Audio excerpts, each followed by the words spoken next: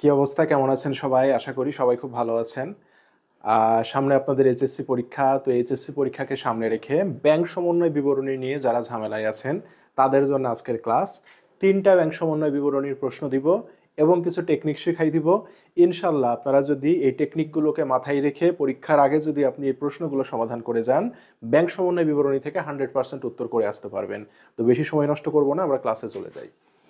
তো দেখেন, ব্যাংক সমন্বয় বিবরণীতে আমাদেরকে প্রথমে সবাই জানি হয়তো বা আমরা যে ব্যাংক সমন্বয় বিবরণী কাজ করে কি নিয়ে? ভুল নিয়ে কাজ করে। একটা ব্যাংকের বইয়ের ভুল, একটা নগদান বইয়ের ভুল। তো প্রধান দুটি ব্যাংকের বইয়ের ভুল আছে, যেটা হচ্ছে আদায়ের জন্য জমাকৃত চেক ব্যাংক আদায় করেনি। অর্থাৎ একটা চেক আপনি ব্যাংকে আদায় করার জন্য দিয়েছেন, ব্যাংক সেটা আদায় করেনি। তাহলে ভুলটা কার? কে আদায় করেনি বলেন তো? ব্যাংক আদায় করেনি, ব্যাংকের ভুল। এটার আবার আরেকটা নাম, ব্যাংক ক্রেডিট করেনি। এই ব্যাংক যে আদায় করেনি এটাকে অ্যাকাউন্টিং এর ভাষায় বলে ক্রেডিট করেনি, বা এটাকে বলে ট্রানজিটে জমা। ট্রানজিট মানে হচ্ছে পথ, ওকে? বাংলায় বলে পথিমধ্যে জমা। এই যে পথ আর পরিবহন একই জিনিস, বা ডিপোজিট ইন ট্রানজিট, এই যে দেখেন একই কথা এগুলো। তাহলে এই জিনিসগুলো যদি থাকে, এগুলোকে আমরা কি বলবো? ব্যাংকের ভুল। এগুলো থাকলে আমরা কি করব? ব্যাংকের ভুল। যদি প্রশ্নে আমার ব্যাংকের বইয়ের জের দেয়া থাকে, ওই ব্যাংকের বইয়ের জেরের সাথে এগুলোকে আমরা কি করব? প্লাস করে দিব। ক্লিয়ার ভাইয়া? তাহলে আদায়ের জন্য জমাকৃত চেক ব্যাংক আদায় করেনি, চেক ক্রেডিট করেনি, ট্রানজিটে জমা, পথিমধ্যে জমা, পরিবহনাধীন চেক বা ডিপোজিট ইন ট্রানজিট, এটা যদি থাকে তাহলে এটা কার ভুল? ব্যাংকের ভুল। ব্যাংকের জের যদি অঙ্কে দেয়া থাকে, প্লাস করব। ভাইয়া, অঙ্কে যদি একক জের হয়, একক জেরে যদি ব্যাংকের জের না দেয়া থাকে, তাহলে কোন বইয়ের জের দেয়া থাকবে? নগদান বইয়ের জের দেয়া থাকবে। তাহলে নগদান বইয়ের সাথে উল্টা কাজ করতে হবে, অর্থাৎ ব্যাংকের সাথে প্লাস হইলে নগদান বই থেকে মাইনাস। আশা করি সকলে বুঝতে পেরেছেন। এগুলো প্র্যাকটিক্যালি অঙ্ক করে আমরা আবার দেখবো, টেনশনের কোনো কারণ নাই কিভাবে হয়। ইস্যুকৃত চেক ব্যাংকে উপস্থাপিত হয়নি। চেক কাকে ইস্যু করা হয় ভাইয়া? মনে রাখতে হবে, চেক ইস্যু করা হয় পাওনাদারকে। কাকে? পাওনাদারকে। তো এই কথাটা এইভাবেও আসতে পারে, পাওনাদারকে ইস্যুকৃত চেক ব্যাংকে উপস্থাপিত হয়নি। কোথায় উপস্থাপিত হয়নি? ব্যাংকে উপস্থাপিত হয়নি। কার ভুল? ব্যাংকের ভুল। চেক কাটা হয়েছে কিন্তু ভাঙানো হয়নি। একটা চেক আমি কেটেছি, কেটেছি মানে কি? চেকের স্বাক্ষর করে দিয়ে দিয়েছি, কিন্তু চেকটা কি হয়নি? ভাঙানো হয়নি, ব্যাংকে যে ক্যাশ করা হয়নি। এটাকে আবার বকেয়া চেক, অনুপস্থিত চেক, বা ইংরেজিতে বলে আউটস্ট্যান্ডিং চেক। তাহলে এটাও কার ভুল? এটাও ব্যাংকের ভুল। তাহলে যদি ব্যাংকের জের দেয়া থাকে, তাহলে এই জিনিসগুলো দেখলে আমাদেরকে কি করে দিতে হবে? মাইনাস করে দিতে হবে। আর যদি একক জের অঙ্কে নগদান বইয়ের জের দেয়া থাকে, তাহলে কি করে দিতে হবে? প্লাস করে দিতে হবে। আশা করি এই দুইটা জিনিস খুব ভালো মতো বুঝতে পেরেছেন। পরে যাই আমরা। এবার আমরা দেখব নগদান বইয়ের ভুল। এটা আরো সহজ। নগদান বইয়ের ভুল এটা আরো সহজ ভাইয়া, ঠিক আছে? নগদান বইয়ের ভুলগুলো আমরা দেখি। দেনাদার কর্তৃক সরাসরি ব্যাংকে জমা। দেখেন, নগদান বইয়ের ভুলগুলো হচ্ছে ব্যাংকে যদি টাকা জমা হয়, নগদান বইতেও প্লাস করতে হবে, ঠিক আছে? ব্যাংক থেকে যদি টাকা চলে যায়, নগদান বইতেও মাইনাস করতে হবে। যেমন দেখেন, দেনাদার কর্তৃক সরাসরি ব্যাংকে জমা, তো ব্যাংকে জমা দিলে কি ব্যাংকের টাকা বাড়বে না? সেজন্য নগদান বইয়ের জেরের সাথে আমাকে কি করে দিতে হবে? প্লাস করে দিতে হবে। ব্যাংক কর্তৃক বিনিয়োগের সুদ আদায়। ভাইয়া, বিনিয়োগের সুদ কি হিসাব? আয় হিসাব। তাহলে যদি আয় হয়, ব্যাংকের টাকা বেড়ে যাবে, সেজন্য নগদান বইতেও কি করে দিতে হবে? প্লাস করে দিতে হবে। ব্যাংক জমার সুদ, ব্যাংক মঞ্জুরিকৃত সুদ। ব্যাংক জমার সুদও যে জিনিস, মঞ্জুরিকৃত সুদও সেই জিনিস। এটার ফলে ব্যাংকের টাকা বেড়ে যায়, সেজন্য নগদান বইতেও প্লাস করে দিতে হবে। ব্যাংক কর্তৃক প্রাপ্য বিলের অর্থ আদায়। এই যে দেখেন, আদায় করেছে, আদায় করা মানে ব্যাংকে যোগ করা, নগদান বইতেও কি করব? যোগ করব। তাহলে এই যে দেখেন, ব্যাংকে যোগ করেছে, নগদান বইতেও যোগ করতে হবে, এগুলোকে বলা হয় ক্রেডিট মেমোরেন্ডাম। কি বলে? Credit memorandum. পরীক্ষায় আসে না যে ক্রেডিট মেমোরেন্ডাম হবে কোনগুলো, তখন আমাদেরকে এই জিনিসগুলোকে দেখাইতে হবে। এগুলো হচ্ছে ক্রেডিট মেমোরেন্ডাম, যেগুলো ব্যাংক প্লাস করেছে, আমাকে নগদান বইতেও প্লাস করতে হবে, এগুলোকে বলা হয় ক্রেডিট মেমোরেন্ডাম। ওকে? এরপরে যদি আমরা দেখি, তাহলে এই জিনিসগুলো যদি আমাদের থেকে থাকে, এই জিনিসগুলো থাকলে আমরা কি করব? নগদান বইয়ের সাথে প্লাস করব। ভাইয়া, একক জের অঙ্কে যদি ব্যাংকের বইয়ের জের দেওয়া থাকে, তাহলে উল্টা কাজ করে দিতে হবে, মাইনাস করে দিতে হবে। আশা করি বুঝতে পেরেছি। এরপরে দেখেন, কিছু কিছু জিনিস যেগুলো ব্যাংক থেকে পরিশোধ করা হয়, ব্যাংকের টাকা কমে যায়। যেমন কি ভাইয়া? ব্যাংক কর্তৃক পাওনাদারকে পরিশোধ। ভাইয়া, কে পরিশোধ করেছে? ব্যাংক পরিশোধ করেছে। তাহলে ব্যাংকের টাকা কমে গেছে, আমাকে নগদান বইতেও কি করে দিতে হবে? এই যে মাইনাস করে দিতে হবে। প্রদেয় বিলের অর্থ পরিশোধ। এই যে পরিশোধ করছি, পরিশোধ করলে কি নগদের টাকা, ব্যাংকের টাকা কমে যাবে, নগদেও কমাই দিতে হবে। ব্যাংক সার্ভিস চার্জ, ব্যাংক যদি আমাদেরকে সার্ভিস দেয় তার জন্য একটা চার্জ কেটে নিবে, সেজন্য ব্যাংকের টাকা কমে যাবে, আমাকেও মাইনাস করতে হবে। ব্যাংক সেবা প্রদান, এই সার্ভিস চার্জকে বাংলায় বলা হয় সেবা প্রদান। ব্যাংক কর্তৃক লভ্যাংশ প্রদান, দেখেন লভ্যাংশ প্রদান করছি, ব্যাংকের টাকা কমে যাবে, নগদান বইতেও মাইনাস করতে হবে। ওকে। ব্যাংক কর্তৃক বীমার কিস্তি পরিশোধ, পরিশোধ করছি, পরিশোধ করলে আমার ব্যাংকের টাকা কমে যাবে, নগদান বইতেও মাইনাস করতে হবে।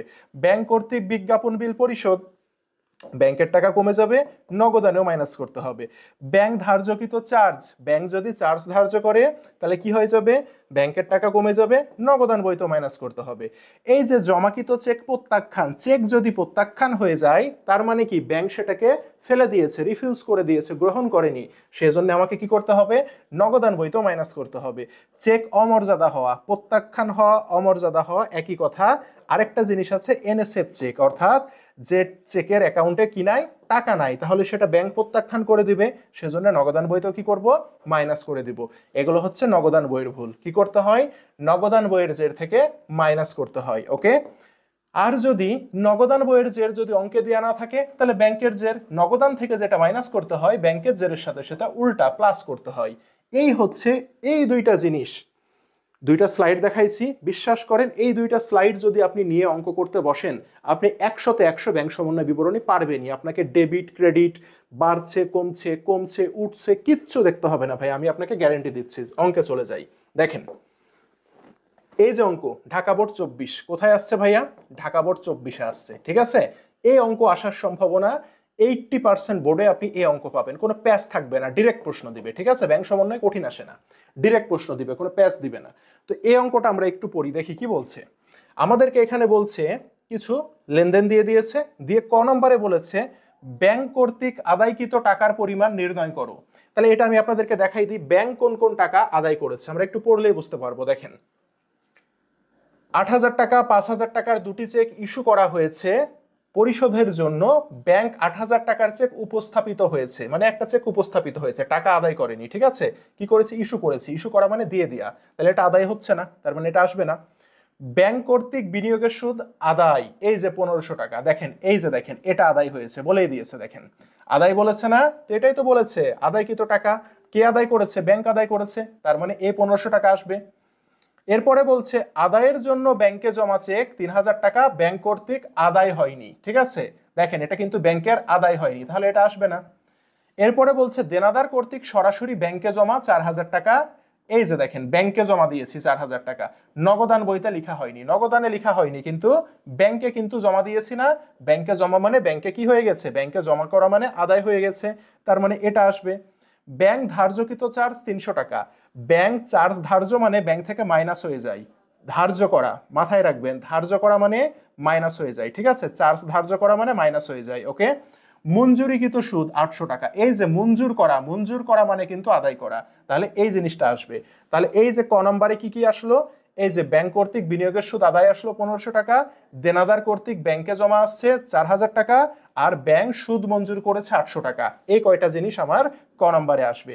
সুন্দর করে বিবরণ টাকা টাকা করে এইভাবে ঘর করবেন, ঘর করে বসাই দিবেন, জাস্ট শেষ। লিখবেন এটা ব্যাংক কর্তৃক আদায় কত টাকা, 1500 টাকা। এরপরে লিখবেন দেনাদার কর্তৃক আদায় কত টাকা, 4,000 টাকা। এরপরে লিখবেন মঞ্জুরিকৃত সুদ, এরপরে লিখবেন মঞ্জুরিকৃত সুদ কত টাকা, 800 টাকা, যোগ করে দিয়ে এই যে অ্যামাউন্টটা এত, শেষ। এটা আমাদের মোটামুটি সবাই আমরা পারি।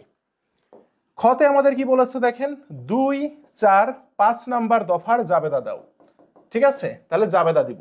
তার আগে আমি একটু বলে নিই এই অঙ্কে কিসের জাবেদা দিতে হয়, যেগুলো নগদান বইয়ের ভুল, যেগুলো কিসের ভুল ভাইয়া, নগদান বইয়ের ভুলের জাবেদা দিতে হয়, ঠিক আছে, নগদান বইয়ের ভুলের জাবেদা দিতে হয়। অর্থাৎ যে অঙ্কের মধ্যে আমরা এই জিনিসগুলো পাবো, দেখেন তো এই যে নগদান বইয়ের ভুল না, এটা আর এটা যে অঙ্কে পাবো সেগুলোর জাবেদা দিতে হবে, ব্যাংকের ভুলের কোনো জাবেদা দিতে হবে না। এই যে ব্যাংকের ভুল, এগুলোর জাবেদা দিতে হয় না। তাহলে আমরা যেহেতু অঙ্কে বলেই দিয়েছে, এটা নাম্বার উল্লেখ করে দিয়েছে, তাহলে আমার টেনশনের কোনো কারণ নাই। আমি কি করব, এগুলো জাবেদা দিব। এই জাবেদাগুলো খুবই সহজ ভাইয়া, জাবেদার ঘর আপনারা জানেন, আমি জাস্ট জাবেদাগুলো করে দেখাই। 2 নাম্বার জাবেদার ঘর টেনে আপনারা জাবেদা করবেন, আমি জাস্ট জাবেদাগুলো শিখাই দিই। নর্মাল জাবেদা পারি না ভাইয়া, সেম টু সেম।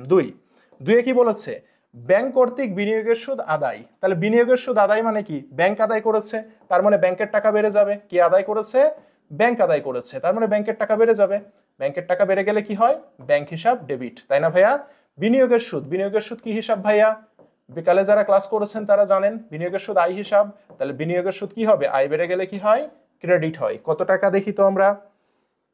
ব্যাংক কর্তৃক বিনিয়োগের সুদ আদায় 1500 টাকা, তাহলে এখানে আমরা 1500 লিখে দিই। 1500 শেষ। এরপরে আমরা যাই, কি বলেছে? 4 নাম্বার। 4 নাম্বার কি আছে? দেনাদার কর্তৃক সরাসরি ব্যাংকে জমা 4000 টাকা, তাই না? কে জমা দিয়েছে? দেনাদার জমা দিয়েছে। কোথায়? ব্যাংকে জমা দিয়েছে। তাহলে ব্যাংকে জমা দিলে কি হয়ে যাবে? ব্যাংক জমা না, এখানে ব্যাংক হিসাব, ব্যাংক হিসাব ডেবিট হয়ে যাবে, ব্যাংকের টাকা বেড়ে যাবে। তাহলে ব্যাংক হিসাব কি হইলো? ডেবিট। কত টাকা? 4000 টাকা। কে জমা দিয়েছে? দেনাদার জমা দিয়েছে। তার মানে দেনাদার যেহেতু টাকাটা আমাকে দিয়ে দিয়েছে, তাহলে দেনাদার হিসাবটা কি হয়ে যাবে? কমে যাবে। আমরা জানি দেনাদার কমলে কি হয়? দেনাদার কমলে ক্রেডিট হয়। হয়ে গেল, এটা হচ্ছে 4 নম্বর লেনদেনের জাবেদা। এরপরে আসি, আমাদের কত বলেছে? এরপরে বলেছে 5 নাম্বার লেনদেনের জাবেদা। এই যে ব্যাংক কর্তৃক ধার্যকৃত চার্জ। ভাইয়া 5 নম্বরে জাবেদা, ব্যাংক যদি চার্জ ধার্য করে তাহলে সেটি ব্যয় হিসাব, ব্যাংক থেকে টাকা কমে যায়। ব্যাংক যদি চার্জ ধার্য করে, ব্যাংক যদি সেবা প্রদান বাবদ চার্জ করে, ব্যাংক যদি সার্ভিস চার্জ বাবদ চার্জ করে, তাহলে কি হয়? ব্যাংকের টাকা কমে যায়। তার মানে এটি ব্যাংকের টাকা কমে যাওয়া মানে কি? এটি ব্যাংক হিসাব। এটা কি হিসাব? ব্যয় হিসাব। তাহলে আমরা কি লিখবো? Bank charge. ঠিক আছে, ব্যাংক চার্জ ব্যয় হিসাব, ব্যাংক চার্জ হচ্ছে ব্যয় হিসাব, ব্যয় বেড়ে গেলে কি হয়? ডেবিট হয়। এখন এই টাকাটা কই থেকে যাবে? ব্যাংক থেকে যাবে, তার মানে ব্যাংকের টাকা কমে যাবে, সেজন্য ব্যাংক হিসাব সম্পদ কমে গেলে কি হয় ভাইয়া? ক্রেডিট হয়। কত টাকা দেখি তো? কত টাকা? ব্যাংক চার্জ 300 টাকা, তাই না? তাহলে এখানে আমরা লিখে দিব 300 টাকা, এখানে লিখে দিব কত? 300 টাকা। 5 নম্বরে আরো একটা লেনদেন আছে, দেখেন তো সেটা কি? এই যে দেখেন, মঞ্জুরিকৃত সুদ। ভাইয়া এই মঞ্জুরিকৃত সুদ কথাটা যদি লেখা থাকে, মঞ্জুরিকৃত সুদ কিন্তু আয় হিসাব, আর আমরা জানি আয় যদি হয় তাহলে ব্যাংকের টাকা বেড়ে যায়। ঠিক আছে, আয় হইলে কি হয়? ব্যাংকের টাকা বেড়ে যায়। আর ব্যাংকের টাকা বেড়ে গেলে আমাকে কি লিখতে হবে? ব্যাংক হিসাবকে কি করতে হবে ভাইয়া? ব্যাংক হিসাবকে ডেবিট করতে হবে। আর ব্যাংক মঞ্জুরিকৃত সুদ না, সেজন্য আমাদেরকে ক্রেডিট করতে হবে কাকে? ক্রেডিট করতে হবে ব্যাংক সুদ হিসাব। আয়, আয় বেড়ে গেলে কি হয়? ক্রেডিট হয়। কত টাকা? কত টাকা? 800 টাকা। তাহলে এখানে আমরা লিখে দিব কত? 800 টাকা লিখে দিব। এই হচ্ছে আমাদের জাবেদা। এতটুকু করলে আপনার কয় মার্ক? 4 মার্ক কিন্তু শিওর। ক্লিয়ার সবাই? তাহলে আমরা সবাই জাবেদাগুলো নিশ্চয়ই বুঝতে পেরেছি। একটু জাস্ট দেখে নিব ভাইয়া, নরমাল জাবেদা, এগুলো কিন্তু সবই নরমাল জাবেদা, আপনাদের জাবেদা অধ্যায়ে আছে এগুলো সবই। ঠিক আছে, এখন আমাদের যে জিনিসটা শিখতে হবে, উপর্যুক্ত তথ্যের ভিত্তিতে একটি ব্যাংক সমন্বয় বিবরণী তৈরি করো, গ নম্বরটা। তো ব্যাংক সমন্বয় বিবরণী তৈরি করার আগে আমাকে দেখতে হবে আমার প্রশ্নে কয়টা জের দেয়া আছে, দেখি তো। নগদান বই মোতাবেক ব্যাংক জমার উদ্বৃত্ত কত? 20,000 টাকা। ব্যাংক বিবরণীর সাথে উদ্বৃত্তের গড়মিল পরিলক্ষিত হয়। দেখেন একটাই জের দেয়া আছে, তাই না? একটা জের দিয়ে বলছে একটি নগদান বই প্রস্তুত করো, তার মানে এই অঙ্কটা হবে আমার কি? একক জের পদ্ধতিতে, তাই না? যেহেতু একটা জের দেয়া আছে, একক জের পদ্ধতিতে আমরা সমাধান করি। তাহলে ব্যাংক সমন্বয় বিবরণী একটা ছক করতে হবে, আপনারা সুন্দর করে ছক আঁকবেন, এইভাবে সুন্দর করে ছক আঁকবেন। দেখেন অনেক সহজ ভাইয়া ব্যাংক সমন্বয় বিবরণী, আমি গ্যারান্টি দিচ্ছি আপনারা ক্লাসটা করেন মনোযোগ দিয়ে, পারবেন। আর এখান থেকে প্রশ্ন আসবেই কিন্তু, একটা ব্যাংক সমন্বয় উত্তর করা মানে আপনার এ প্লাস নিশ্চিত। দেখি, নগদান বই মোতাবেক উদ্বৃত্ত কত ছিল? 20,000 টাকা। তাহলে এখানে আমাকে লিখতে হবে, এখানে বিবরণ টাকা টাকা লিখবেন।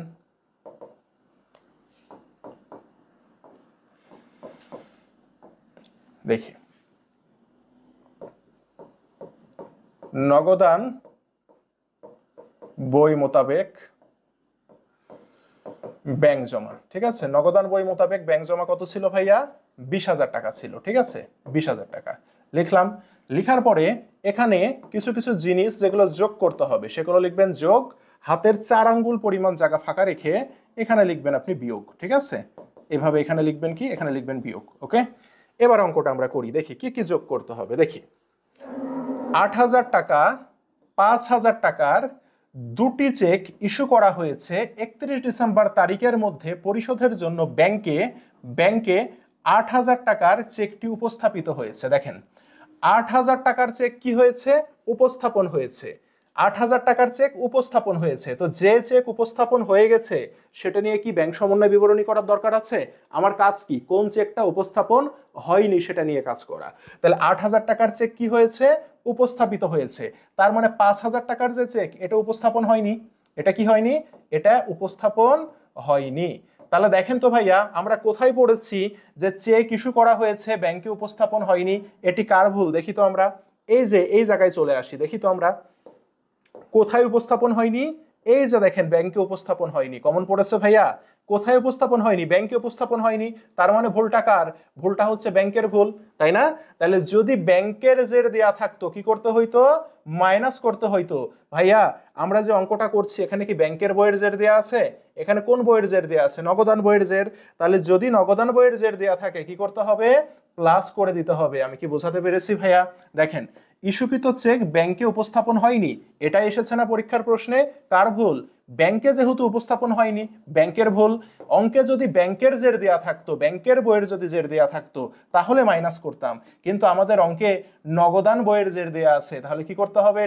এটাকে প্লাস করে দিতে হবে। তাহলে আমরা লিখি সুন্দর করে, দেখি কি লিখবো। এই যে দেখেন ইস্যুকৃত চেক ব্যাংকে উপস্থাপন হয়নি, কি লিখবো? ইস্যুকৃত চেক ব্যাংকে উপস্থাপন হয়নি, ঠিক আছে। লিখব ইস্যুকৃত চেক ব্যাংকে উপস্থাপিত হয়নি। হ্যাঁ, সংক্ষেপে লিখলেই হবে, উপস্থাপিত হয়নি, ঠিক আছে। কত টাকা দেখি তো ভাইয়া? 8,000 টাকার চেক কিন্তু উপস্থাপন হয়েছে, তাহলে 5,000 টাকার চেক উপস্থাপন হয়নি। তাহলে এখানে বসাইতে হবে কত? এখানে বসাইতে হবে 5,000 টাকা। শেষ। পরে যাই, পরের প্রশ্নে কি বলছে দেখি। ব্যাংক কর্তৃক বিনিয়োগের সুদ আদায় 1500 টাকা, যা নগদান বইতে লেখা হয়নি। কে আদায় করেছে? ব্যাংক আদায় করেছে। ব্যাংক আদায় করা মানে ব্যাংকের সাথে প্লাস হয়ে যাবে, সেজন্য নগদান বইয়েও কি করতে হবে? নগদান বইয়েও প্লাস করতে হবে। নগদান বইয়ে কি করতে হবে? প্লাস করতে হবে। ভাইয়া আমার হাতে কোন বই আছে দেখেন তো? নগদান বই আছে। তাহলে সুন্দর করে প্লাস করে দেন। বিনিয়োগের সুদ আদায় হয়নি, এখানে লেখেন বিনিয়োগের সুদ আদায় হয়নি। এই যে যোগের ক্ষেত্রে আমরা লিখে দিব বিনিয়োগের সুদ আদায় হয়নি। কত টাকা? 1500 টাকা। দেখেন এটা কই থেকে আসলো? আমরা যদি এই ছকটাতে চলে যাই, নগদান বইতে লেখা হয়নি বলেই দিয়েছে, এই যে তার মানে কি নগদান বইয়ের ভুল। তাহলে এই যে দেখেন ব্যাংক কর্তৃক বিনিয়োগের সুদ আদায়, এই যে দেখেন ব্যাংক কর্তৃক বিনিয়োগের সুদ আদায়, কি আদায় করেছে? ব্যাংক আদায় করেছে। তো ব্যাংক যেহেতু আদায় করেছে, ভুলটা কি ব্যাংকের? ভুলটা কার? নগদান বইয়ের। তাহলে নগদান বইয়ের জেরের সাথে প্লাস করতে হবে। আমাদের অঙ্কে কোন বইয়ের জের দেয়া আছে? নগদান বইয়ের জের দেয়া আছে, সে কারণে প্লাস করলাম। আশা করি বুঝছেন সবাই। এরপরে যাই 3 নাম্বার। আদায়ের জন্য ব্যাংকে জমাকৃত চেক 3,000 টাকা, যা ব্যাংক কর্তৃক আদায় হয়নি। দেখেন কে আদায় করেনি বলেন তো? ব্যাংক আদায় করেনি। তাহলে ব্যাংক যদি আদায় না করে তাহলে ভুল কার? ভুল হচ্ছে ব্যাংকের। তাহলে আমরা দেখি তো ভাইয়া, এই যে ব্যাংক যে আদায় করেনি, এই যে আদায়ের জন্য জমাকৃত চেক ব্যাংক আদায় করেনি, দেখছেন হুবহু কমন পড়ছে না? তাহলে ভুল কার? ব্যাংকের ভুল। যদি ব্যাংকের জের দেয়া থাকতো কি করতাম? প্লাস করতাম। আমাদের অঙ্কে কি ব্যাংকের জের দেয়া আছে? আমাদের অঙ্কে কিন্তু নগদান বইয়ের জের দিয়ে অঙ্ক শুরু করেছি, তাই না? সেজন্য কি করতে হবে? মাইনাস করতে হবে, তাই না ভাইয়া? এই যে আমরা নগদান বইয়ের জের দিয়ে অঙ্ক শুরু করেছি, সেজন্য কি করব? মাইনাস করব। তাহলে লিখব আদায়ের জন্য জমাকৃত চেক আদায় হয়নি। সবাইকে বুঝছি ভাইয়া? এটা ব্যাংকের ভুল। ব্যাংকের জেরের সাথে প্লাস করতে হয়। আমাদের অঙ্কে কি ব্যাংকের জের দেয়া আছে? আমাদের অঙ্কে নগদের জের দেয়া আছে, সে কারণে কি করতে হবে? সে কারণে আমাকে মাইনাস করতে হবে। ভাইয়া বুঝতে পেরেছেন সবাই? কত টাকা দেখি তো ভাইয়া? আদায়ের জন্য জমাকৃত চেক 3,000 টাকা। কত টাকা? 3,000 টাকা। তাহলে আমরা এখানে সুন্দর করে লিখবো কত? 3,000 টাকা লিখবো। এরপরে আসি, দেনাদার কর্তৃক সরাসরি ব্যাংকে জমা। কোথায় জমা দিয়েছে? সরাসরি ব্যাংকে জমা। তাহলে ব্যাংকে জমা দিলে কি ব্যাংকের টাকা বেড়ে যাবে না? তাহলে কি করেছে? নগদান বইতে লেখা হয়নি, তাহলে ভুল কার? নগদান বইয়ের ভুল। তো নগদান বইতেও কি করতে হবে? প্লাস করে দিতে হবে। ভাইয়া হাতে কোন বই আছে? হাতে নগদান বইয়ের জের দেয়া আছে, তাহলে প্লাস করে দেন। তাহলে প্লাস করে দেন দেনাদার কর্তৃক ব্যাংকে জমা। বুঝতে পেরেছেন? খুবই সহজ ভাইয়া, খুবই সহজ। এই জিনিসগুলোই পরীক্ষায় আসবে। ব্যাংক সমন্বয় বিবরণী খুবই সহজ। দেনাদার কর্তৃক ব্যাংকে জমা কত টাকা? 4,000 টাকা। তাহলে এখানে 4,000 টাকা লিখে দেন, এই যে লিখে দিলাম। পরে যাই, ব্যাংক ধার্যকৃত চার্জ। ব্যাংক কি করেছে? চার্জ ধার্য করেছে। কে ধার্য করেছে? ব্যাংক ধার্য করেছে। তো ব্যাংক চার্জ ধার্য করলে ব্যাংক থেকে টাকা মাইনাস হয়ে গেছে। তো এখন আমাকে কি করতে হবে? নগদান বই থেকে মাইনাস করতে হবে। ভাইয়া হাতে কোন বই আছে? নগদান বই। তাহলে এই যে সুন্দর করে মাইনাস করে দেন নগদান বই থেকে। ব্যাংক ধার্যকৃত চার্জ লিখে আমরা এখানে মাইনাস করে দিব। ব্যাংক ধার্যকৃত চার্জ কত টাকা, সম্ভবত 300 টাকা হয়ে গেল, তাই না? 300 টাকা। এরপরে দেখি তো কি আছে, মঞ্জুরিকৃত সুদ। ভাইয়া সুদ মঞ্জুর করা মানে কি? সুদ মঞ্জুর করা মানে ব্যাংকের টাকা বেড়ে গেছে, তা আমাকে কি করতে হবে, নগদান বইতেও প্লাস করে দিতে হবে। সুদ মঞ্জুর মানে এটি আয়, আয় হইলে ব্যাংকের টাকা বেড়ে যায়, নগদান বইতে কি করব, প্লাস করব। তাহলে মঞ্জুরিকৃত সুদ আমাদের প্লাস করে দিতে হবে, যেহেতু নগদের জের দেওয়া আছে। ঠিক আছে, কত টাকা বলেন তো, এই যে 800 টাকা হয়ে গেছে না? হয়ে গেছে। তাহলে আমরা এবার এটা ক্যালকুলেট করি, কত আসে, 5 আর 4 9,000, 9,000 আর 1 10,000, 10,500 আর 3 11,300, এখানে আসে 11,300 টাকা। এখন এই 11,300-র সাথে আমরা এটা যোগ করি, তাই না? তাহলে এখানে আসবে 31,300।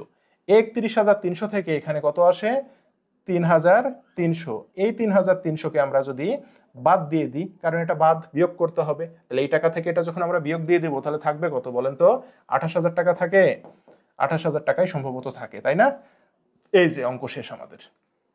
এখন দেখেন, অঙ্ক শুরু করেছিলাম কি লিখেছিলাম, নগদান বই মোতাবেক ব্যাংক জমা। অঙ্ক শেষ হয়ে গেল না একক জোরে? তাহলে নগদান বইয়ের উল্টা বইয়ের নাম কি বলেন তো, ব্যাংক বই। তাহলে এখানে লিখতে হবে ব্যাংক বই মোতাবেক ব্যাংক জমা, ব্যাংক বই মোতাবেক ব্যাংক জমা। তো আশা করি সকলে আপনারা বুঝতে পেরেছেন এই প্রশ্নটা। এই প্রশ্ন আসার সম্ভাবনা আপনার সবচেয়ে বেশি, 80% সম্ভাবনা এই প্রশ্ন আসার। ঠিক আছে, সবাই কি বুঝছি আমরা ভাইয়া? সবাইকে আমরা বুঝতে পেরেছি এটা? একটু সবাই একটু কষ্ট করে বলেন তো, এটা আমরা বুঝতে পেরেছি কিনা এই প্রশ্নটা? আশা করি সকলে বুঝছেন। হ্যাঁ, রেকর্ডেড ক্লাস তো, কমেন্ট দিয়েন, যে যেখানে ক্লাসটা করেন ইউটিউবে ফেসবুকে কমেন্ট দিয়েন সবাই। ওকে, আশা করি ক্লিয়ার সবাই।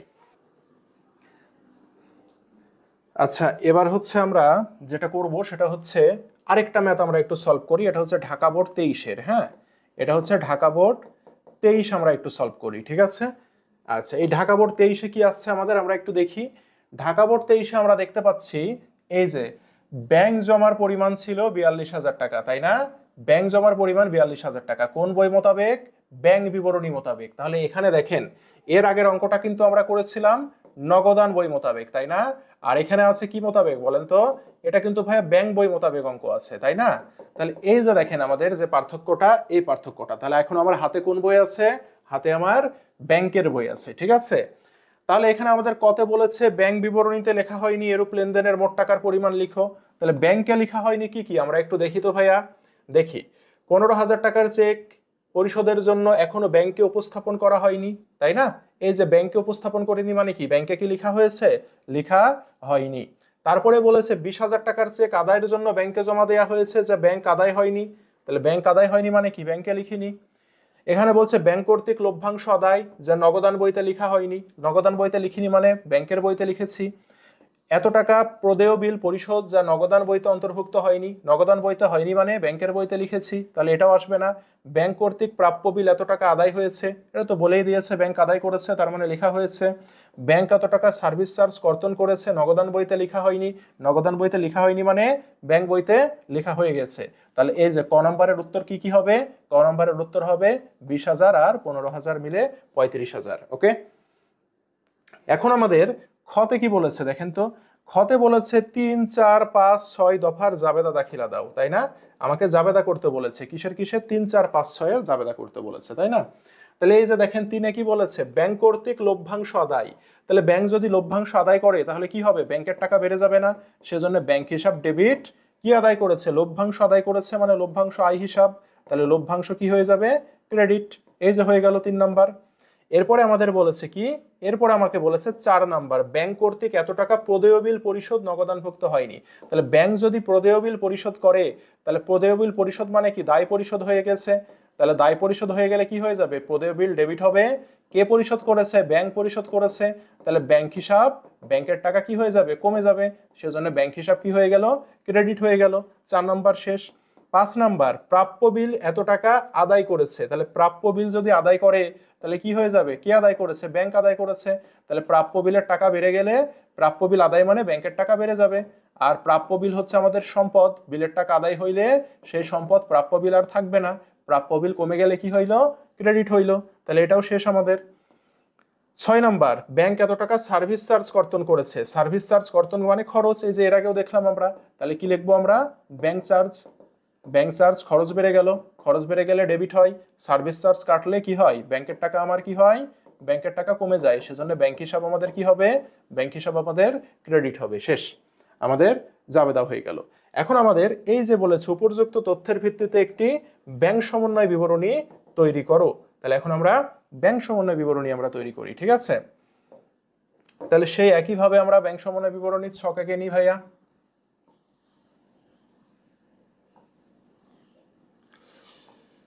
এই যে ব্যাংক সমন্বয় বিবরণী একইভাবে ছক কেটে নিলাম। এখানে আমরা কি লিখব, বিবরণ টাকা টাকা। ঠিক আছে, আচ্ছা তাহলে আমরা এখানে কি লিখবো বলেন তো, কোন বই হাতে আছে আমাদের, ব্যাংক বিবরণী মোতাবেক ব্যাংক জমা 42,000 টাকা। তাহলে এখানে সুন্দর করে লিখে নি,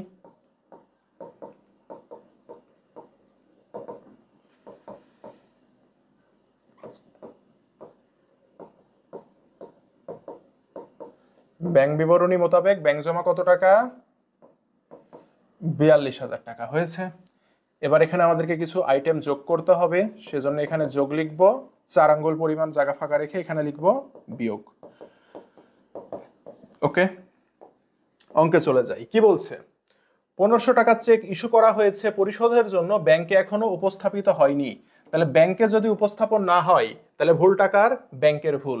এই যে কোন জায়গা থেকে কমন আসছে দেখেন তো, এই জায়গা থেকে কমন এসেছে না, দেখেন তো ভাইয়া, এই যে ইস্যুকৃত চেক ব্যাংকে উপস্থাপিত হয়নি, কার ভুল, ব্যাংকের ভুল। যদি ব্যাংকের জের দেয়া থাকে কি করতে হবে, মাইনাস করতে হবে। আমাদের অঙ্কে কি ব্যাংকের জের দেয়া আছে না, তাহলে এটাকে মাইনাস করে দিতে হবে, তাই না। আমরা লিখবো ইস্যুকৃত চেক ব্যাংকে উপস্থাপিত হয়নি, ইস্যুকৃত চেক কি হয়নি, উপস্থাপিত হয়নি। আহা, যোগের মধ্যে কেন লিখছি, এটা বিয়োগ হবে তাই না। তাহলে আমরা লিখবো ইস্যুকৃত চেক উপস্থাপিত হয়নি,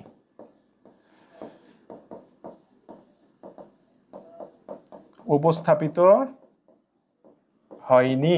কত টাকা ভাইয়া, কত টাকা, কত টাকা দেখি তো, ইস্যুকৃত চেক উপস্থাপিত হয়নি 15,000 টাকা, তাই না। তাহলে এখানে আমরা সুন্দর করে 15,000 টাকা লিখে দিলাম। ঠিক আছে, যেহেতু ব্যাংকের বই আমার হাতে আছে। পরে যাই, 20,000 টাকার একটি চেক আদায়ের জন্য ব্যাংকে জমা দেওয়া হয়েছে, যা এখনো আদায় হয়নি। তাহলে আদায়ের জন্য কোথায় জমা দিয়েছিলাম, ব্যাংকে, ব্যাংক কি করেনি, ব্যাংক এখনো আদায় করেনি। তাহলে ব্যাংক যদি আদায় করেনি তাহলে আদায় করে দিতে হবে, ব্যাংকে যোগ করে দিতে হবে। ব্যাংক আদায় করেনি মানে ব্যাংকের ভুল, তাহলে ব্যাংকের জেরের সাথে কি করতে হবে, যোগ করতে হবে। তাহলে আমরা এটাকে কি করে দিব, যোগ করে দিব। এই যে যেহেতু ব্যাংকের জের আছে, আদায়ের জন্য জমাকৃত চেক কি হয়নি, আদায় হয়নি।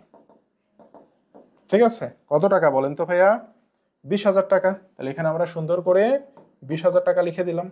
ওকে, পরে যাই, ব্যাংক কর্তৃক লভ্যাংশ আদায়, কে আদায় করেছে, ব্যাংক আদায় করেছে, নগদান বইতে লেখা হয়নি। ভাইয়া ব্যাংক আদায় করেছে না, ব্যাংক আদায় করেছে, ব্যাংক কর্তৃক লভ্যাংশ আদায় মানে কি, ব্যাংক আদায় করেছে, তাহলে ব্যাংকের বইয়ের সাথে প্লাস হয়ে গেছে, নগদান বই থেকেও কি করতে হবে, প্লাস করতে হবে। কিন্তু দুঃখজনক হলেও সত্য, আমার অঙ্কে কি এখানে দেখেন তো, নগদান বইয়ের কি জের দেয়া আছে, নগদান বইয়ের জেরের সাথে প্লাস করতে হবে। কিন্তু আমার হাতে কোন বইয়ের জের আছে দেখেন তো, আমার হাতে কিন্তু ব্যাংক বইয়ের জের আছে, তাই না, আমার হাতে কিন্তু ব্যাংক বইয়ের জের আছে। তাহলে নগদান বইয়ের জের যেহেতু দেয়া নাই, তাহলে ব্যাংক বই থেকে কি করতে হবে, মাইনাস করে দিতে হবে। দেখেন কোন জায়গা থেকে আসছে এটা, দেখেন এই যে, এই যে, এই যে ব্যাংক কর্তৃক সরাসরি ব্যাংকে জমা, ওই যে লভ্যাংশ আদায় করেছি, একই কথা, একই কথা। তাহলে এটা হলে কি হয় বলেন তো, বিনিয়োগের সুদ আদায়, লভ্যাংশ আদায় করেছি, লভ্যাংশ আদায় করেছি, এটা নগদান বই জেরের সাথে কি হয়, যোগ হয়। কিন্তু আমার হাতে কোন বই আছে, জের আছে বলেন তো, ব্যাংকের বইয়ের জের আছে, সেজন্য ব্যাংক থেকে কি করতে হবে, মাইনাস করে দিতে হবে। তাহলে আমরা এখানে লিখবো ব্যাংক কর্তৃক লভ্যাংশ আদায়, হ্যাঁ, ব্যাংক কর্তৃক লভ্যাংশ আদায় নগদানভুক্ত হয়নি, লিখে দিবেন একটু। ঠিক আছে, কত টাকা বলেন তো ভাইয়া, কত টাকা, এই তো লভ্যাংশ আদায় 5,000 টাকা, তাই না, 5,000 টাকা। এটা কি হয়, নগদান বইয়ের সাথে যোগ হয়, যেহেতু অঙ্কে নগদান বইয়ের জের দেয়া নাই, ব্যাংক বইয়ের জের দেয়া আছে, সে কারণে মাইনাস হবে, উল্টা কাজ হবে। ঠিক আছে, উল্টা কাজ হবে। পরে যাই, ব্যাংক কর্তৃক এত টাকা প্রদেয় বিল পরিশোধ যা নগদানভুক্ত হয়নি। দেখেন ব্যাংক কি করেছে, পদেয় বিল পরিশোধ করেছে। তাহলে ব্যাংক যদি পদেয় বিল পরিশোধ করে ব্যাংকের টাকা কমে গেছে, হিসাবে নগদান বইয়ের টাকাও কি করে দিতে হবে, কমিয়ে দিতে হবে। কিন্তু ভাইয়া হাতে কি আমার নগদান বই আছে, হাতে আছে ব্যাংক বই, তাহলে কি করতে হবে, নগদান বই থেকে তো মাইনাস করতে পারবো না, ব্যাংক বই থেকে কি করব, ব্যাংক বইয়ের সাথে প্লাস করে দিব। ঠিক আছে, তাহলে আমরা লিখবো ব্যাংক কর্তৃক পদেয় বিল পরিশোধ নগদানভুক্ত হয়নি, কি করে দিতে হবে, প্লাস করে দিতে হবে। ব্যাংক কর্তৃক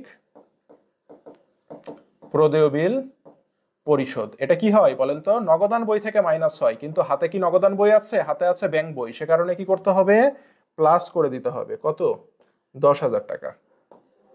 ঠিক আছে, এই যে এটা যে বুঝবে তার সবকিছু ক্লিয়ার হয়ে যাবে। কই থেকে কমন আসলো দেখেন তো, এই যে এটা বারবার দেখতে হবে, দেখেন এই যে পদেয় বিলের অর্থ পরিশোধ, পদেয় বিলের অর্থ পরিশোধ নগদান বইয়ের ভুল, যদি নগদান বইয়ের জের দেয়া থাকতো মাইনাস করতাম, হাতে আমাদের কোন বইয়ের জের দেয়া আছে, ব্যাংকের জের দেয়া আছে, সে কারণে কি করলাম, প্লাস করলাম। বুঝতে পেরেছেন, এই জায়গা থেকে কমন আসছে। পরে যাই, পরে আমাদের কি বলছে দেখেন, ব্যাংক কর্তৃক প্রাপ্য হিসাবের 2500 টাকা আদায় হয়েছে, যা নগদান বইতে লেখা হয় নাই। ব্যাংক কি করেছে, প্রাপ্য বিল আদায় করেছে। তাহলে ব্যাংক যদি প্রাপ্য বিল আদায় করে ব্যাংকে প্লাস হয়ে গেছে, নগদান বইতেও কি করতে হবে, প্লাস করতে হবে।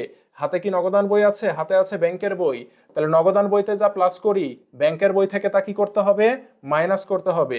তাহলে আমরা লিখবো ব্যাংক কর্তৃক প্রাপ্য বিল আদায় দিয়ে মাইনাস করতে হবে, তাই না, উল্টা কাজ।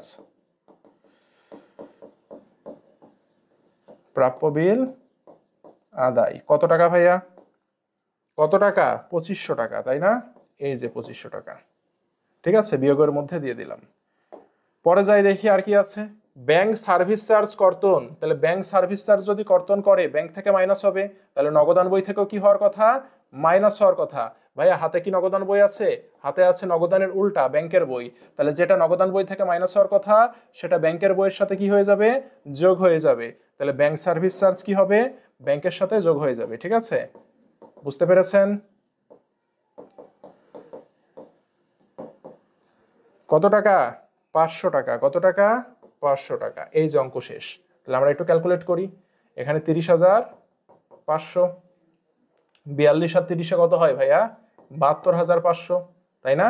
এটা এবার একটু যোগ করি, কত হয়, 22,500, 22,500।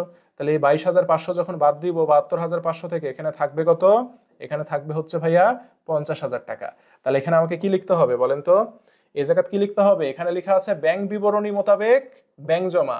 তাহলে এখানে ব্যাংক বিবরণীর উল্টা কি, নগদান বই, ব্যাংক বিবরণী মানে কিন্তু ব্যাংক বই। ঠিক আছে, তাহলে ব্যাংক বই মোতাবেক ব্যাংক জমা লিখতে হবে, উল্টা মোতাবেক ব্যাংক জমা। ঠিক আছে, কত টাকা, 50,000 টাকা। অঙ্ক শেষ। সত্যি করে মন থেকে বলেন তো ভাইয়া, অঙ্কগুলো কি আসলে কঠিন, অঙ্কগুলো কিন্তু আসলে কঠিন না, আমরা যদি ইজিলি একটু দেখি তাহলে কিন্তু হয়ে যাবে ভাইয়া, তাই না, ইজিলি দেখলেই কিন্তু আমার হয়ে যাবে। ঠিক আছে, আশা করি সকলে আমরা বুঝছি। আচ্ছা, এবার আমরা যেটা করব, এবার আমরা যে অঙ্কটা করব সেটা হচ্ছে, আমরা এবার একটা উভয় জের পদ্ধতি সলভ করি। ঠিক আছে, উভয় জের পদ্ধতি। ওকে, আমরা এবার একটা উভয় জের পদ্ধতি সলভ করি। ঠিক আছে, যেটা রাজশাহী বোর্ড 24-এ আসছে এবং তুলনামূলক কঠিন প্রশ্ন বলা যায়, কঠিন না, আসলে সহজ, উভয় জের কিন্তু একটু ঝামেলা লাগে। দেখি এই অঙ্কের কতে কি বলেছে, কতে বলছে ব্যাংক কর্তৃক ইস্যুকৃত ডেবিট মেমোরেন্ডাম। ভাইয়া ডেবিট মেমোরেন্ডাম মানে কি, ডেবিট মেমোরেন্ডাম মানে হচ্ছে ব্যাংক যেগুলোকে মাইনাস করেছে, অর্থাৎ ব্যাংকের টাকা কমে গেছে যেগুলো, নগদান বইকেতেও কি করতে হবে, নগদান বইতেও কমাইতে হবে, সেগুলোই ডেবিট মেমোরেন্ডাম। বুঝতে পেরেছেন, তাহলে এই জিনিসগুলো আপনারা ব্যাংকের টাকা কমেছে কোনটাতে আপনারা দেখলেই বুঝতে পারবেন। আমরা যদি একটু ম্যাথটা বের করি, একটু আমি জাস্ট দেখাই, দেখি। আচ্ছা, এই যে যেমন ভাড়া খরচ, ভাড়া খরচ সঠিকভাবে লেখা উত্তোলন করা হয়েছে। তো ভাড়া খরচ কি, ভাড়া খরচ চেক প্রদান করেছেন, তাই না, চেক যেহেতু আসছে তার মানে ব্যাংকের টাকা কমে গেছে, তার মানে এটা আপনার ডেবিট মেমোরেন্ডামে আসবে, তাই না। আচ্ছা, এখানে বলেছে দেখেন ব্যাংক কি করেছে, ব্যাংক আদায় করেছে। ব্যাংক যদি আদায় করে তাহলে ব্যাংকের টাকা বেড়ে যায়, ব্যাংকের টাকা বেড়ে গেলে এটাকে বলি আমরা ক্রেডিট মেমোরেন্ডাম, তার মানে এটা আসবে না। ব্যাংক বিবরণীতে 805 টাকা প্রত্যাখ্যাত চেক বাবদ ডেবিট করেছে, এই যে কে ডেবিট করেছে, ব্যাংক ডেবিট করেছে। ব্যাংক ডেবিট করা মানে কি, ব্যাংকের টাকা কমে যাওয়া, তাহলে এটা কি হবে, এটা ডেবিট মেমোরেন্ডাম হবে।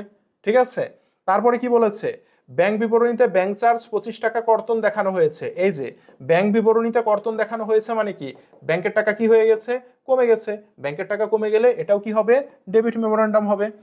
জুলাই এত তারিখে দৈনিক প্রাপ্তি এত টাকা নৈশকালীন ব্যাংকে জমা করে, যা জুলাই ব্যাংক বিবরণীতে প্রদর্শিত হয়নি। তাহলে এটা প্রাপ্তি বলেছে, তাই না? প্রাপ্তি মানে কি? জমা করা। তো জমা করলে কি এটা ডেবিট মেমোরেন্ডাম হবে? জমা করলে কিন্তু ডেবিট মেমোরেন্ডাম হবে না। তাহলে আর এটা তো কি করেছে? ব্যাংক এটাকে প্রদর্শনী করেনি, তার মানে ব্যাংক এটাকে জমাই করেনি, তাহলে এটা মেমোরেন্ডাম হওয়ার তো সম্ভাবনাই নাই। তাহলে মেমোরেন্ডাম মানে কোনগুলো? যেগুলো ব্যাংক মাইনাস করেছে, ঠিক আছে? ব্যাংক থেকে টাকা মাইনাস হয়ে গেছে, নগদান বই থেকেও মাইনাস করতে হবে, সেটা ডেবিট মেমোরেন্ডাম। আর ক্রেডিট মেমোরেন্ডাম কি? ক্রেডিট মেমোরেন্ডাম মানে ব্যাংকে টাকা জমা হয়ে গেছে, নগদান বইও কি করবে? টাকা জমা করবে, সেটা ক্রেডিট মেমোরেন্ডাম। তাহলে এখানে আমাদের পরে কি বলছে দেখি তো।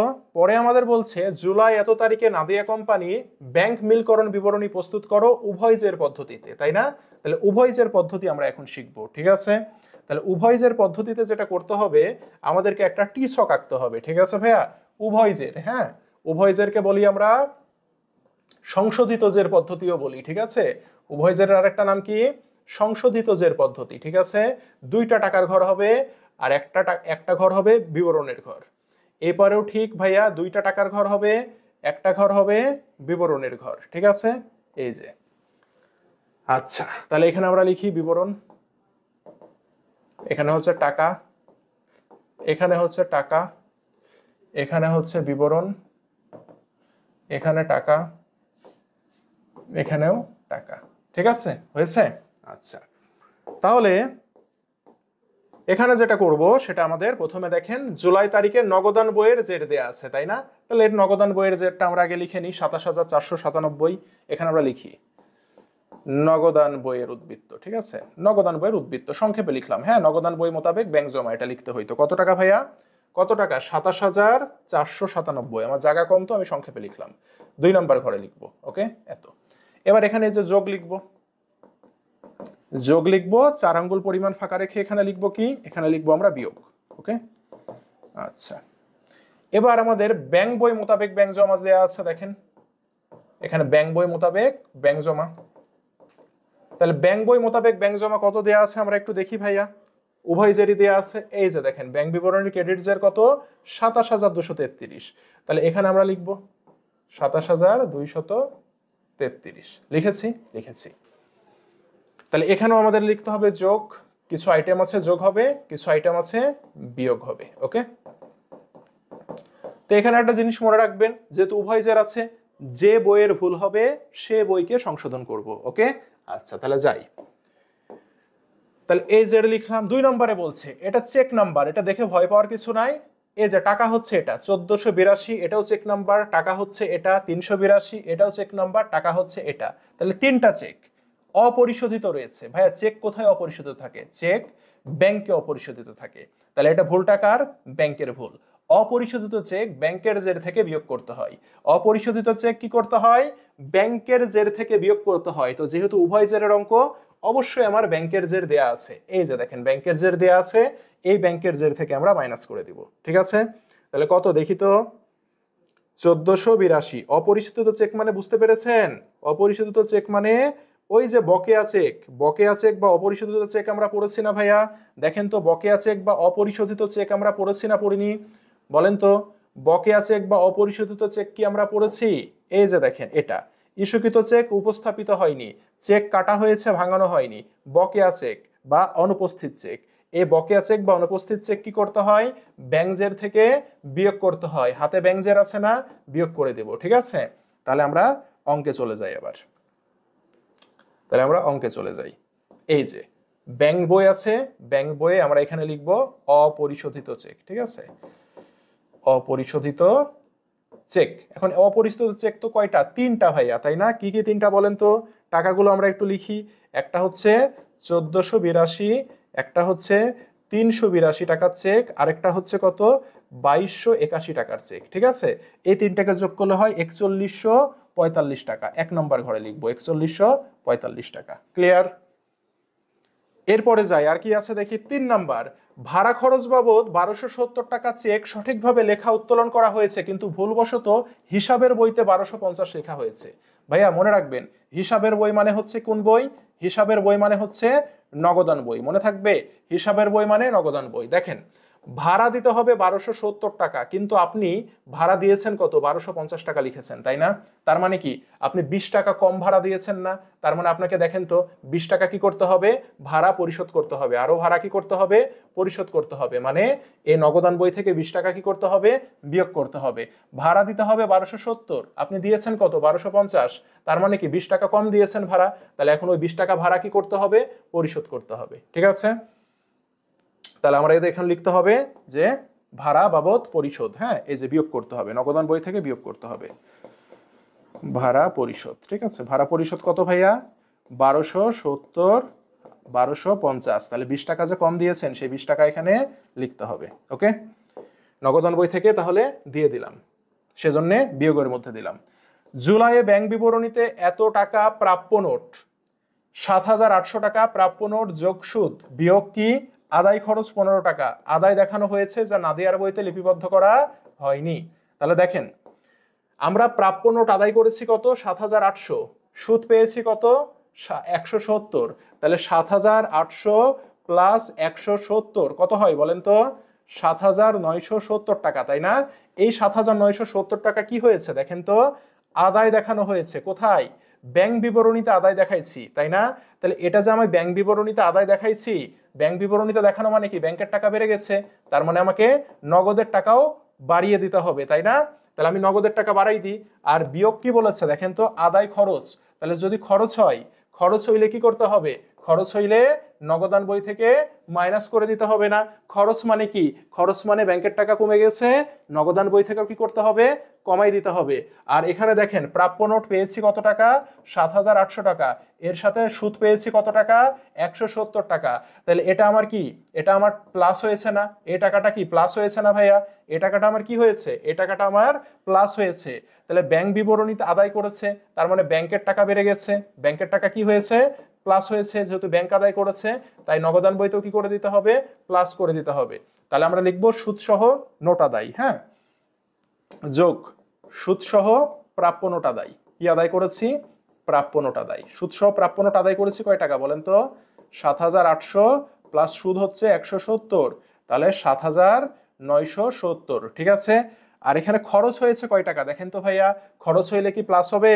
15 টাকা আমার কি হয়েছে? খরচ হয়েছে না? তাহলে আদায় খরচ 15 টাকা মানে কি? বিয়োগ করে দিতে হবে। আদায় খরচ কত টাকা? 15 টাকা। এই যে বিয়োগ করে দিলাম, শেষ। এটাই সবচেয়ে কঠিন আইটেম ছিল, কিন্তু একটু বোঝার ট্রাই করেন। প্রাপ্য নোট আদায় করেছে, কে আদায় করেছে? ব্যাংক আদায় করেছে। ব্যাংক বিবরণী বলেছে না, ব্যাংক আদায় করেছে। ওকে, তাহলে ব্যাংক যদি আদায় করে তাহলে কি হবে? ব্যাংকের টাকা বেড়ে গেছে, সুদ পেয়েছেন, তার মানে ব্যাংকের টাকা বেড়ে গেছে। তার মানে এই দুইটার জন্য নগদার টাকা বাড়াই দিন, নগদ টাকা বেড়ে গেল। এখন বিয়োগ কি বলেছে? বিয়োগ বলেছে আদায় খরচ 15 টাকা। ভাইয়া আদায় খরচ যদি হয়, আদায় খরচ মানে ব্যাংকের টাকা কমে গেছে, নগদান বইতে কি করে দিতে হবে? কমাই দিতে হবে। তো সেই কারণে দেখেন, সুদ সহ যেটা পেয়েছি নগদান বইয়ে যোগ করলাম, আদায় খরচ মানে খরচ হয়ে গেছে, নগদান বই থেকে বাদ দিয়ে দিলাম। পরে যাই, ব্যাংক বিবরণীতে 805 টাকা প্রত্যাখ্যাত চেক ডেবিট করেছে কে? প্রত্যাখ্যাত চেক ব্যাংক ডেবিট করেছে। তাহলে আমাকে কি করতে হবে? নাদিয়ার বইতে লেখা হয়নি। নাদিয়া মানে কে? ব্যবসা প্রতিষ্ঠানের বই, আর ব্যবসা প্রতিষ্ঠানের বই মানে নগদান বই। আমরা এক নিঃশ্বাসে মনে রাখবো, প্রত্যাখ্যাত চেক, অমর্যাদাকৃত চেক, এনএসএফ চেক মানে নগদান বই থেকে বিয়োগ। ঠিক আছে, এই প্রত্যাখ্যাত চেক মানে কি? প্রত্যাখ্যাত চেক মানে নগদান বইয়ের জের থেকে বিয়োগ। এই যে দেখেন, এই যে দেখেন প্রত্যাখ্যাত চেক কি কমন পড়েছে আমাদের? এই যে প্রত্যাখ্যাত চেক, চেক অমর্যাদাকৃত, এনএসএফ চেক, এটা থাকলে কি করতে হয়? নগদান বইয়ের জের থেকে বিয়োগ করতে হয়। কি করতে হয়? নগদান বইয়ের জের থেকে বিয়োগ করতে হয়। তাহলে এই যে নগদান বইয়ের জের বিয়োগ করে দিব, প্রত্যাখ্যাত চেক, হ্যাঁ, কত টাকা? 805 টাকা। পরে যাই আমরা অঙ্কে, এখানে চলে আসি অঙ্কে। দেখেন কি বলছে তারপরে, ট্রেডার্সের নিকট হতে পাওয়া গিয়েছিল, নাদিয়ার বইতে লেখা হয়নি। আচ্ছা, এটা কমপ্লিট। পরে যাই, ব্যাংক বিবরণীতে ব্যাংক সার্ভিস চার্জ 25 টাকা কর্তন দেখানো হয়েছে। তাহলে ব্যাংক সার্ভিস চার্জ কর্তন মানে কি? ব্যাংকের টাকা কমেছে, নগদান বইয়ের জের থেকেও মাইনাস করতে হবে। তাহলে এই যে bank service charge, bank service charge কি করতে হয়? ব্যাংক সার্ভিস চার্জ মানে টাকা কেটে নিয়ে আনা ব্যাংক থেকে, ব্যাংক থেকে টাকা কেটে মানে নগদান বই থেকেও টাকা কেটে নিতে হবে। পরে যাই, জুলাই 31 তারিখে নাদিয়া তাদের দৈনিক প্রাপ্তি 11,554 টাকা নৈশকালীন ব্যাংকে জমা করে। নৈশকালীন মানে কি? রাতে জমা করেছে। ঠিক আছে, কিন্তু জুলাইয়ে ব্যাংক বিবরণীতে প্রদর্শিত হয়নি। তাহলে দেখেন তো একটা জিনিস ভাইয়া, প্রাপ্তি মানে কি? প্রাপ্তি মানে কি? আদায়ের জন্য, তাই না? প্রাপ্তি মানে কি? আদায়ের জন্য আপনি কি করেছেন? ব্যাংকে জমা করেছেন, কিন্তু ব্যাংকে প্রদর্শিত হয়নি। এই যে ব্যাংক বিবরণীতে প্রদর্শিত হয়নি মানে কি? ব্যাংক আদায় কি করেনি বলেন তো? ব্যাংক আদায় করেনি। বুঝতে পেরেছেন ঘটনা? আপনি একটা চেক 11,514 টাকার চেক আপনি কি করেছেন? ব্যাংকে জমা করেছেন, কিন্তু সেটা কি হয়নি? ব্যাংকে প্রদর্শিত হয়নি। ব্যাংকে প্রদর্শিত হয়নি মানে কি? ব্যাংক সেটাকে আদায় করেনি। ব্যাংক যদি আদায় করত তাহলে সেটা কি করত? ব্যাংকে প্রদর্শিত হয়ে যেত না? আদায় করেনি, তার মানে ঘটনা কি বুঝছেন কোনটা এটা? এটা হচ্ছে এই জিনিস, দেখেন কে আদায় করেনি? ব্যাংকে প্রদর্শিত হয়নি, তার মানে ভুলটা কার? ভুলটা ব্যাংকের। আদায়ের জন্য জমাকৃত চেক ব্যাংক আদায় করেনি, বাংলা কথাই হচ্ছে এটা। তাহলে এটা কি করতে হয়? ব্যাংক জেরের সাথে প্লাস করতে হয়। তাহলে আমরা ব্যাংক জেরে চলে যাই, এই যে ব্যাংক জের এর সাথে প্লাস করে দিই। হ্যাঁ, ব্যাংক চেক প্রাপ্তি কি করেনি বলেন তো? প্রদর্শন হয়নি। ঠিক আছে, এই যে যোগ করে দিলাম, ব্যাংক জেরের সাথে কি করতে হয়? যোগ করে দিতে হয়। যোগ করে দিতে হয়। কত টাকা ভাইয়া দেখি তো, কত টাকা?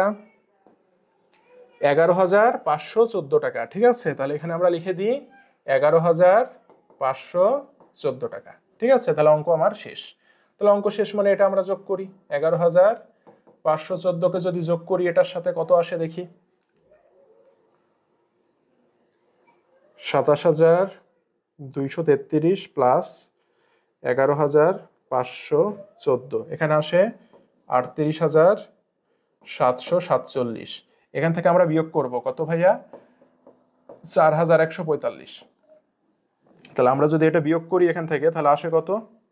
4,145 বিয়োগ করলে আসে 34,602 টাকা। ঠিক আছে, তাহলে এটাকে আমরা লিখবো, যেহেতু দ্বৈত জের পদ্ধতি আমাদেরকে এটা লিখতে হবে সংশোধিত জের। কি লিখতে হবে?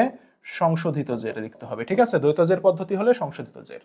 এ পাশে করি মিলে কিনা দেখি, এখানে আসে 7,970। তাহলে 27,000-এর সাথে যদি এটা যোগ করি আমরা, 27,497 প্লাস 7,900, তাই না? 7,970 যদি করি তাহলে আমাদের আসে 35,000। কত আসে? 35,467 আসে। ঠিক আছে, এখান থেকে বিয়োগ করব কোনটা? এটা বিয়োগ করব। 20 প্লাস 15 প্লাস 805 প্লাস 25, তাহলে এখানে থাকে 865। তাহলে এই 865 যদি বিয়োগ করি তাহলে কত আসে দেখি আমরা? মাইনাস 35,467। তাহলে এই যে দেখেন 34,602 মিলে গেছে না ভাইয়া? এই যে 34,602, এই যে 34,602, তাহলে এখানেও লিখবো আমরা সংশোধিত জের। তাহলে দ্বৈত জের পদ্ধতিতে কি করব? দ্বৈত জের পদ্ধতিতে কিন্তু অঙ্ক করে দুই পাশে মিলে যায় ভাইয়া। ঠিক আছে, আর লিখতে হবে সংশোধিত জের। দ্বৈত জের পদ্ধতিতে যে বই ভুল করবে সেই ভুলকে আমরা সংশোধন করব, সেই বইয়ের জেরের সাথে প্লাস মাইনাস করে সংশোধন করব। তাহলে আমার মনে হয় এই তিনটা ম্যাথ যদি আমরা সুন্দর করে প্র্যাকটিস করে যাই, আমি যে দুইটা ভিডিওতে আপনাদেরকে দেখেন তিনটা ম্যাথ সলভ করাইছি, আর এই জায়গাটা কিন্তু ব্যাংক সমন্বয় বিবরণীর মেন জায়গা। বুঝতে পেরেছেন? এটা সামনে রেখে তিনটা ম্যাথ আপনি প্র্যাকটিস করে যাবেন, দেখবেন পরীক্ষাতে ইনশাল্লাহ এর মধ্যে কমন পাবেন আপনি। ঠিক আছে, যারা ব্যাংক সমন্বয় নিয়ে খুব ঝামেলায় আছেন, খুব ঝামেলা হয়ে যাচ্ছে, ভাইয়া শিখেছি কিন্তু ভুলে যাই, বারবার কি হয় বলেন তো? বারবার ঝামেলা হয়ে যায়, তাদেরকে আমি বলবো এই শীটটা সামনে নেবেন। এই শীটটা সামনে নিয়ে আপনি কি করবেন? এই তিনটা ম্যাথ আপনি দুবার করে সলভ করবেন। আর এর বাইরে যদি মনে ইচ্ছা হয় 2024 সালের আরো একটা বা দুইটা বোর্ড আপনি কি করে যাবেন? দেখে যাবেন। ইনশাল্লাহ আপনার ব্যাংক সমন্বয় বিবরণী কমন পড়বেই পড়বেই। ঠিক আছে, কমন 100% কমন পড়বে ইনশাল্লাহ। ঠিক আছে, এতটুকু বলা যায়। কমন না পড়লেও পড়তেই হবে ভাইয়া, কারণ এর বাইরে আসলে কিছু নাই। ঠিক আছে, তাহলে খুব জলদি ক্লাসটা নিয়েছি, যতটুকু সম্ভব আপনাদের ক্লাসটা দেখে দেখে বারবার প্র্যাকটিস করে যাবেন। পিডিএফটা অবশ্যই এই ক্লাসের ডেসক্রিপশন বক্সে দেওয়া থাকবে, সুন্দর করে সবাই ক্লাসটা করেন। ইনশাল্লাহ সবার সাথে দেখা হবে এবং এটা ফলো দিয়ে রাখবেন। ইনশাল্লাহ সবার সাথে দেখা হবে। ভালো থাকবেন সবাই, আল্লাহ হাফেজ।